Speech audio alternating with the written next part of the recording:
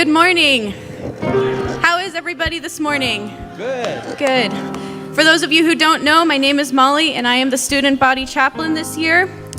I would like to formally welcome all of the alumni who are here with us. Can we all give a round of applause for the alumni who are here with us?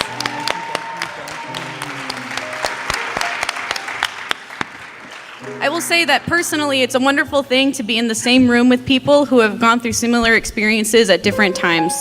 It is amazing to think that we have been through similar classes, or maybe even the same classes. Some of us have even maybe had the same teachers or different professors. Some of us have had maybe the same revelations on our education, and some of us have had drastically different.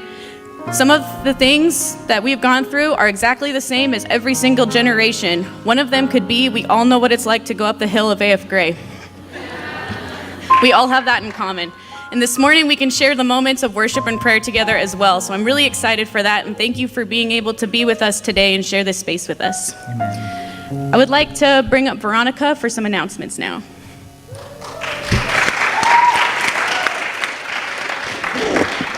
Hi guys, so first off, tomorrow we're having a Student Diversity Council open meeting, which will be talking about the history of Black entertainment. It will be at 1 in the SMC room. It's going to be pretty good. Come and learn about the history of Black entertainment and the recent Oscars So White controversy over the lack of diversity in this year's Oscar nominations. And yeah, so there's that for tomorrow. Also for tomorrow, the African Culture Organization is hosting the African United for Children Future, and they're coming in and they're gonna be talking about who they are and what they're made out of. So that's gonna be pretty good too. And then commuters, next week we're having our first commuter lunch for this semester. It's gonna be pretty good. Location is still being determined, but stay in tune. We will let you know where that will be at, yeah. Also, on the 20th, Dr. Glenn will be hosting Exploring the Complexity of Hip Hop Culture. This will be sponsored by BSO and SDC. It will be at 7 o'clock here in McGuire. Be here. And also on the 24th, Art is Activism. It's going to be like a poetry musical performance. It's going to be pretty good. If you want to be part of this, talk to Jordan, who will be in the cafeteria today. So yeah, have a nice day.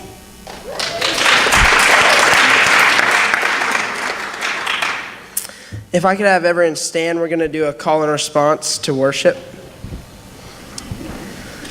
I will read and then you will respond, and then we will conclude all together.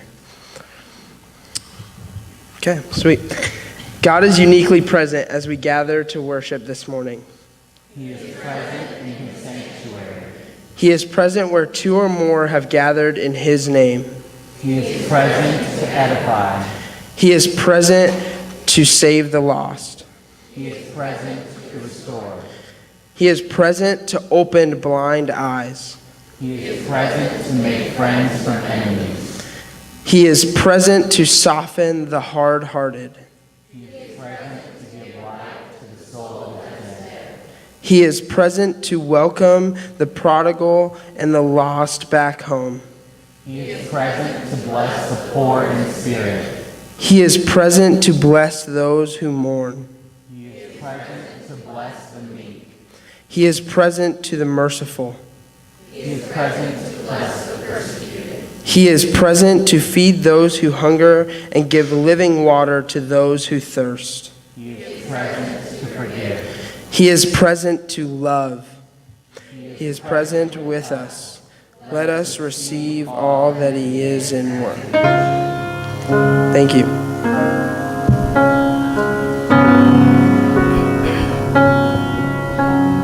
If anyone would like to receive prayer, we will have people up on the sides to pray for you. And alums, welcome back. I'm Serena Klein. I'm the Director of Alumni Relations here at Warner Pacific College. I graduated in 2002. Our alums are pretty knowledgeable about what's happening over homecoming weekend, but students, we really want you joining in on this weekend.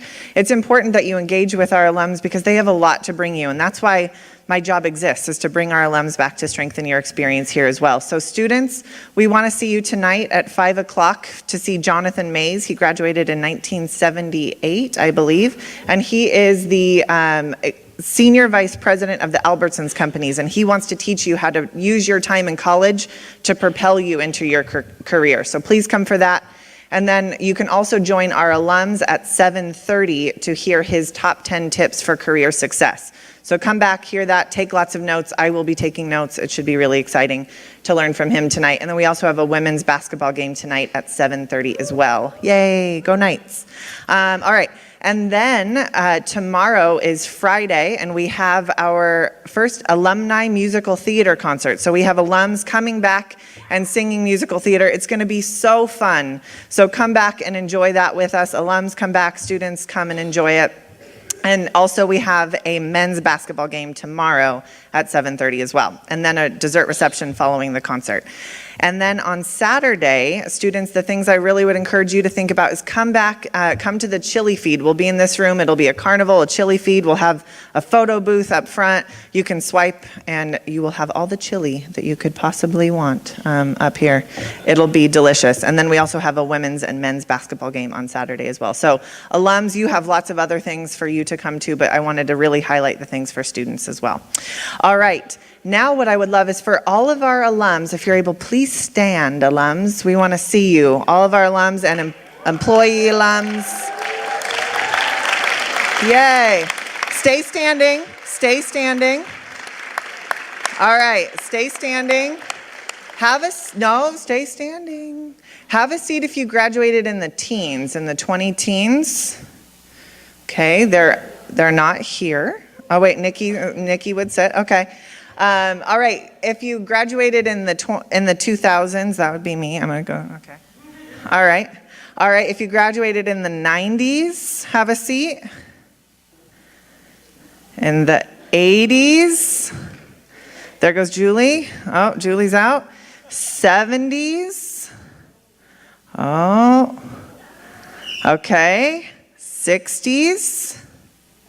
Oh, it's their 50th reunion, the 66. Let's give them a big round of applause. Class of 66. This is their 50 year. All right, 50s.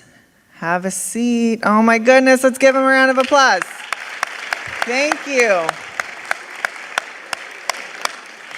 Alums, welcome back to Warner Pacific College. We are just thrilled that you are here, and we alums and current students, we just thank you for paving our legacy and paving the road for us here, because we know a lot of what is possible for us here is because of your support and your love and your prayers. So can we give our alums one more big round of applause? All right, and now we get to hear from one of the our alums that's being awarded this year as our distinguished alum in the recent alumni category.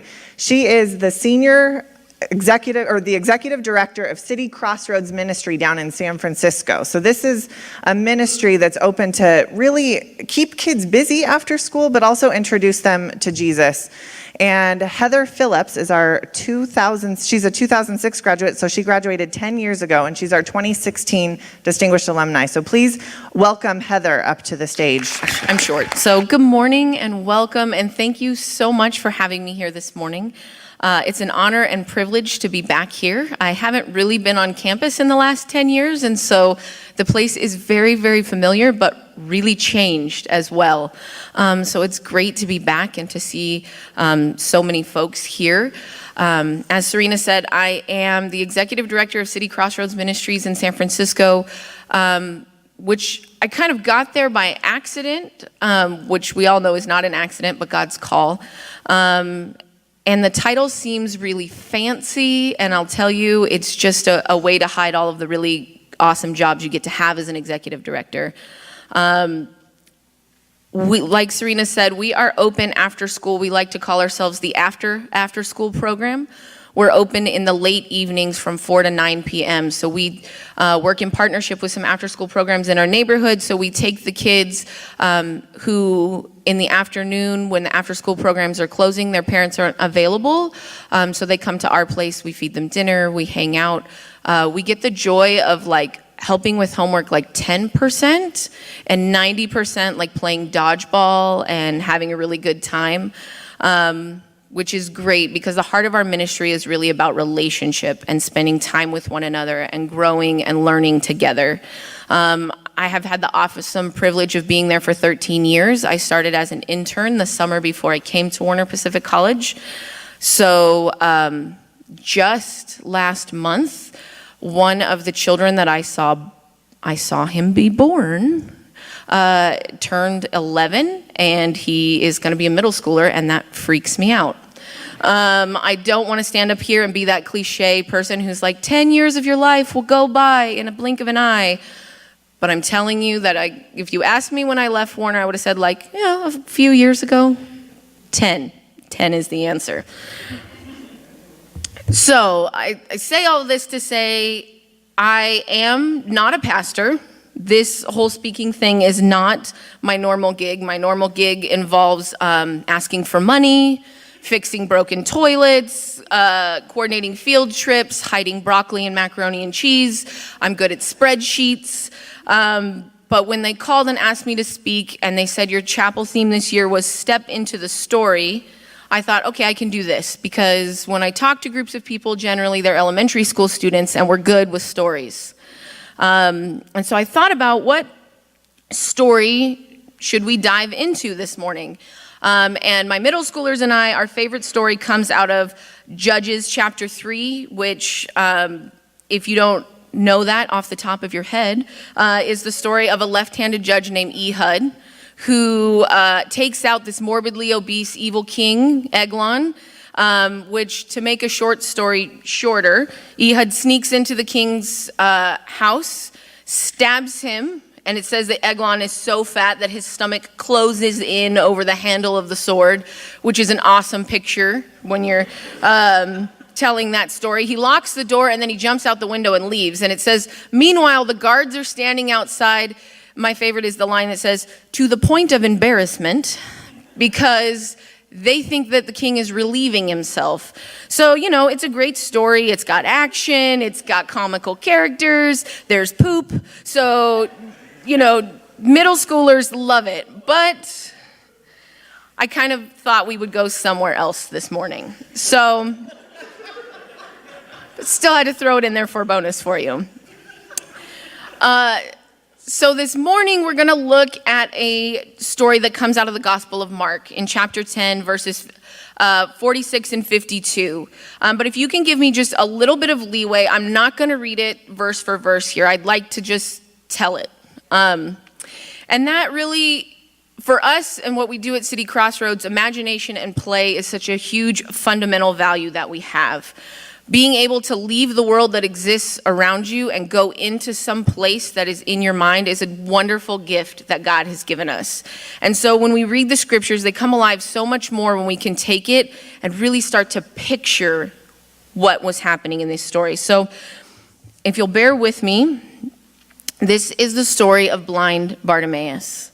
So if you can imagine the dusty roads of Jericho, just outside the city, Bartimaeus is sitting in the dirt, like he does probably every day.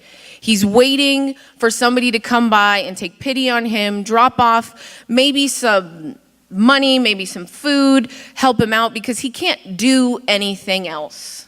All he can do is come here day in and day out and ask the community to meet his need. So he's sitting there in the dirt. The sun is probably beating down. He's hearing people walk back and forth on the road to town. And then something unusual happens. He starts to hear more and more feet as they're leaving town. He can hear, because I'm sure as he's sitting there, his ears are so open to what is happening around him. He can picture it just by the sounds that he's hearing. The footsteps, they're picking up. There's more. Suddenly there's more and more people coming along the road leaving Jericho. And maybe he starts to hear whispers. He starts to hear voices as people share about this man they've been following, this man that they've heard of. His name is Jesus. And he has done these great things. And just the glimpses that he's able to catch as people walk past him on the road, he knows that there's something different about this man, Jesus. And so the crowd continues to get thicker and thicker until the point which I'm not sure how he knows this. Like, I don't know if it's some kind of super hearing power, if he could just tell that this was the moment.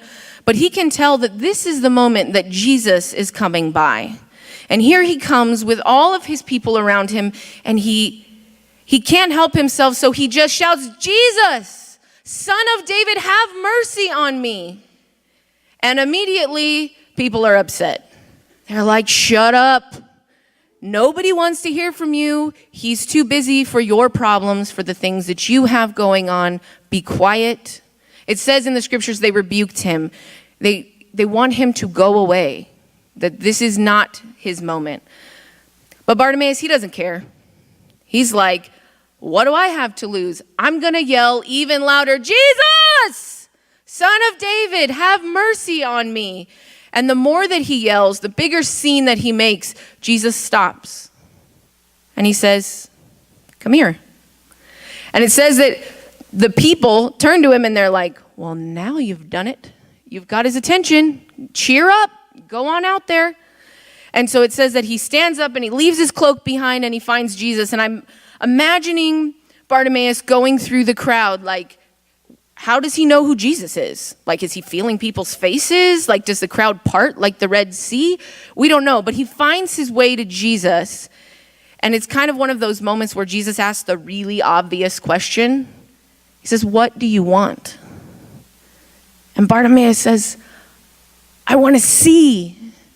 And you think, like, this is a really easy connection. Like, blind guy wants to see. Like, duh. But what happens next is the part that's really cool to me, because Jesus says, "Your faith has healed you." And it says instantly his eyes were opened and he followed Jesus along the road. In that moment for Bartimaeus, it wasn't about, "I want to see so that I can go back and live my life and not have to sit on the side of the road and beg anymore."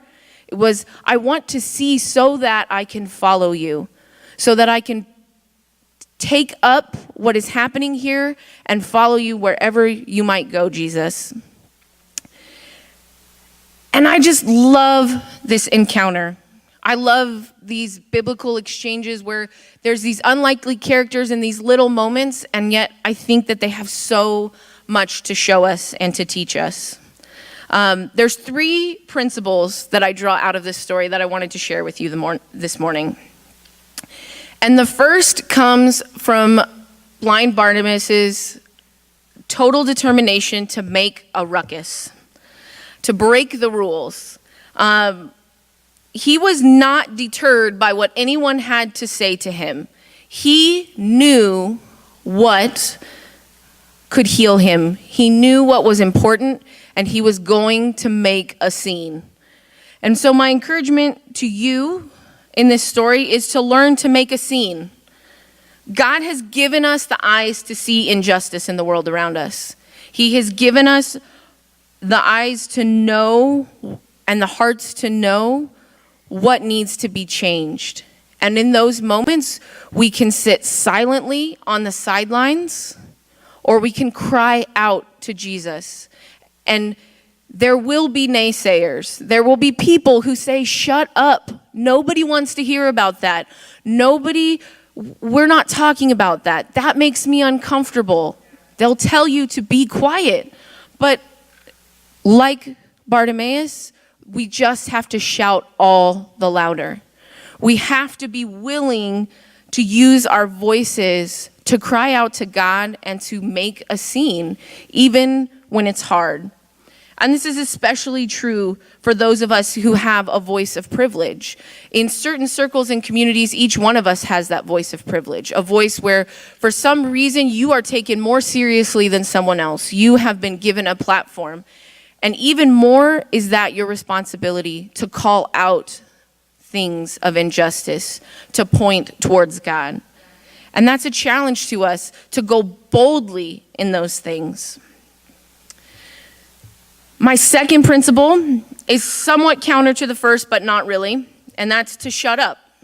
So yell loudly, make a ruckus, and then be quiet. No, like Ecclesiastes says, there's a time for everything. So in some ways, we have to be willing to make a ruckus, to be those people who are calling out to God, calling out injustice. But we also sometimes find ourselves in this story as the crowd, the crowd that's following after Jesus and who wants everything to just get in line. And so when things start to bump into us that don't seem like what we're used to, we tend to be like the crowd and say, shh, be quiet. You're messing things up.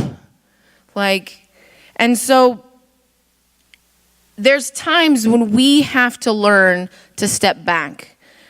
This whole idea of stepping into the story, I think, is a cool idea, just in the fact that I feel like we've been given this really amazing privilege to step into the lives of one another. If you've ever read the book Blue Like Jazz by Donald Miller, there's a chapter in which he talks about our lives are kind of like a movie and we're the main character because we're in every scene from our birth to our death. And so we tend to start to think of the world as revolving around us.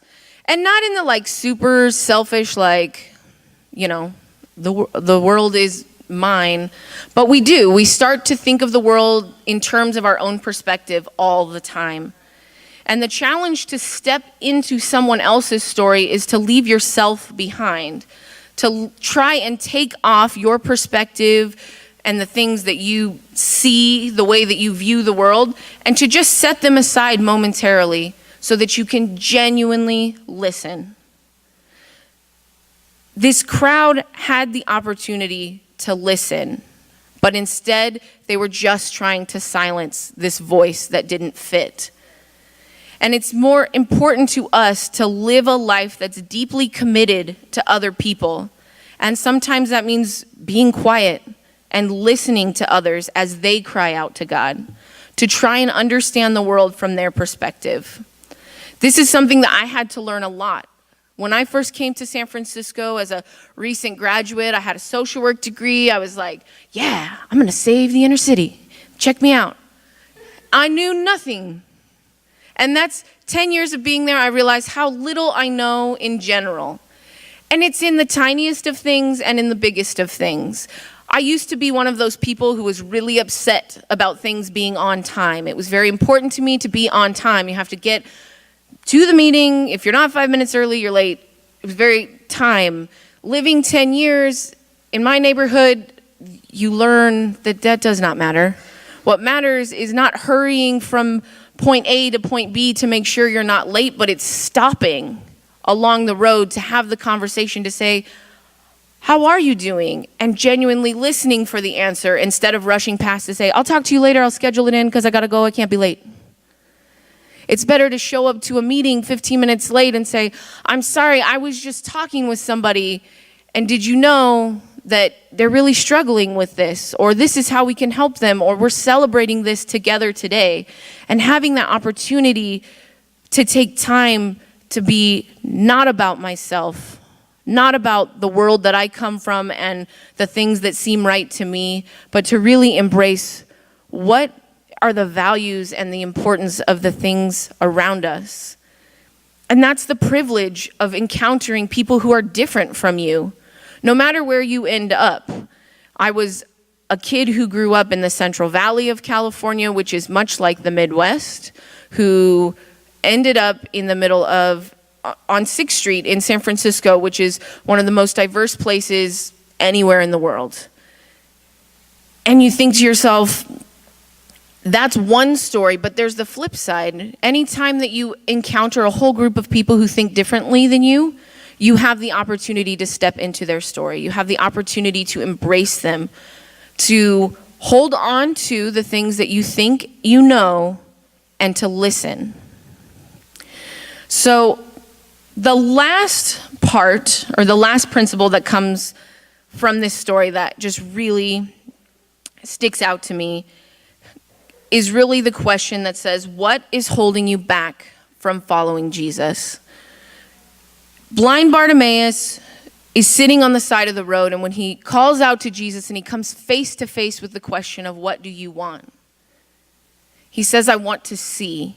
I want to be able to follow you. We know that that's the end result of being able to see for him.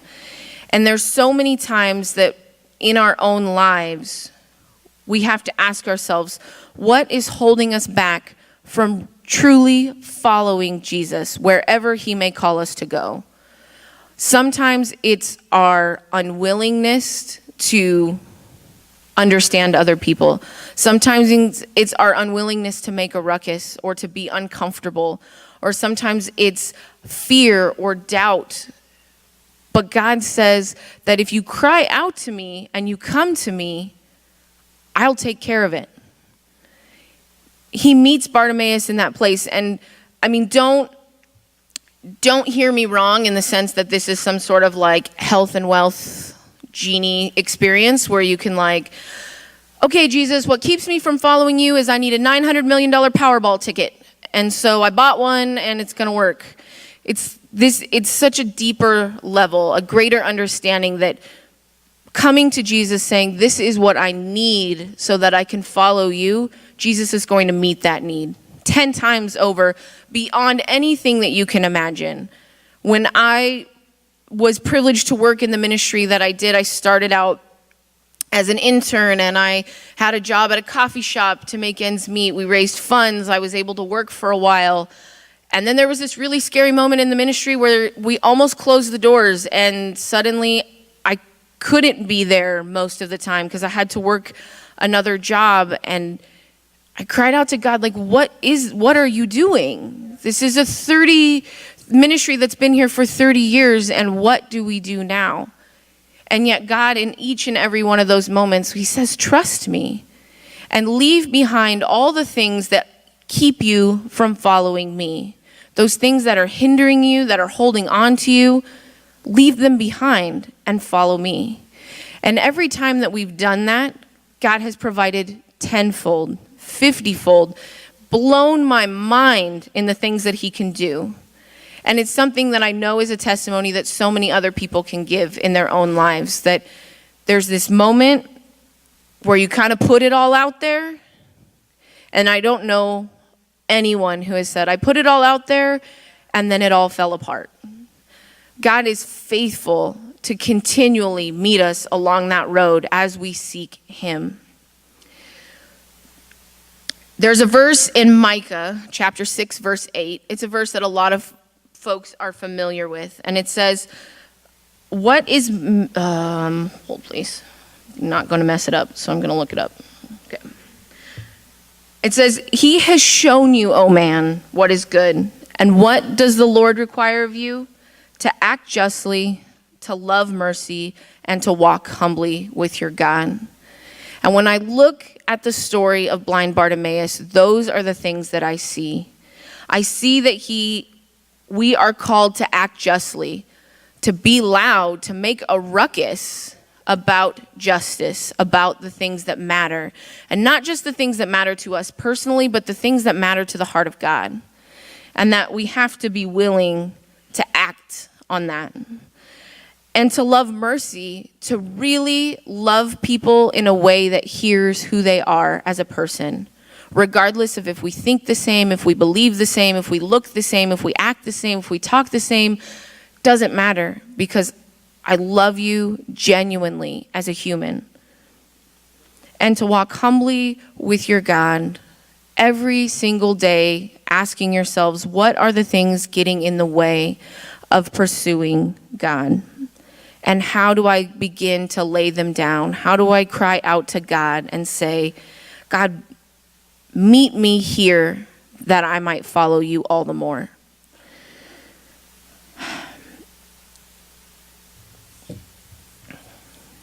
Yeah, let's pray.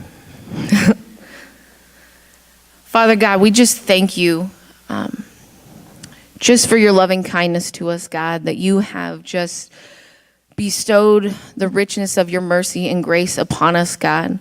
We thank you that you are willing to meet us in this story, God, in our story, Lord, that you are willing to, when we cry out to you, that you are willing to come face to face with us, God.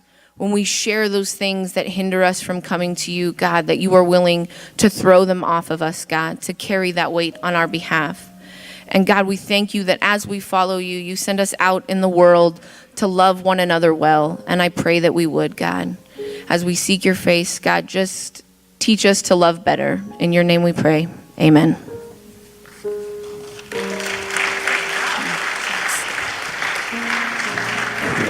And she says she's not a speaker. I think that's not true.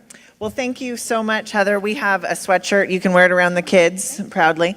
But thank you for making Warner proud. As we were preparing for the award selection, I called some of the people that you work with, and your staff said that you are an incredible boss. They love that you are inspiring to them, that you will also be willing to do anything. You'll move chairs and tables and unclog toilets, but that ultimately you love Jesus and you love those kids beyond anything else. So thank you for loving your staff and those kids well, but also making Warner Pacific proud. So thank you so much. And Jess has official closing announcements, but my Pacific Bible College PBC luncheon, that starts at 11:30, and you're just going to slowly make your way next door to EggVet 203. So that's for my PBC luncheon, people. Thank you.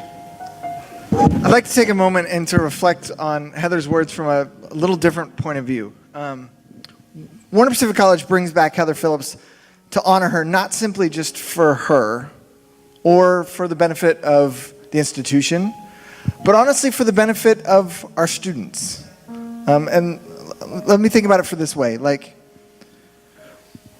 we deeply want you to do something with your life that is meaningful. Like, our lives mean something because of what you do. For your teachers, for your staff, for the alums are here with the name tags. What you do in the world from here with your Warner Pacific education makes our investment here meaningful. Thank you. I mean, I know those instructors you had 10 years ago, and their lives mean more because of what you have been about.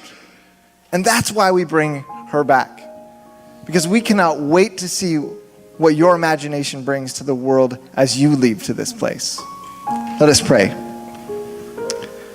God, we are grateful for what our eyes have seen, for what our ears have heard, for what our minds have perceived, for what our hearts have felt. Lord God, make us not just hearers of this word, but doers of this world.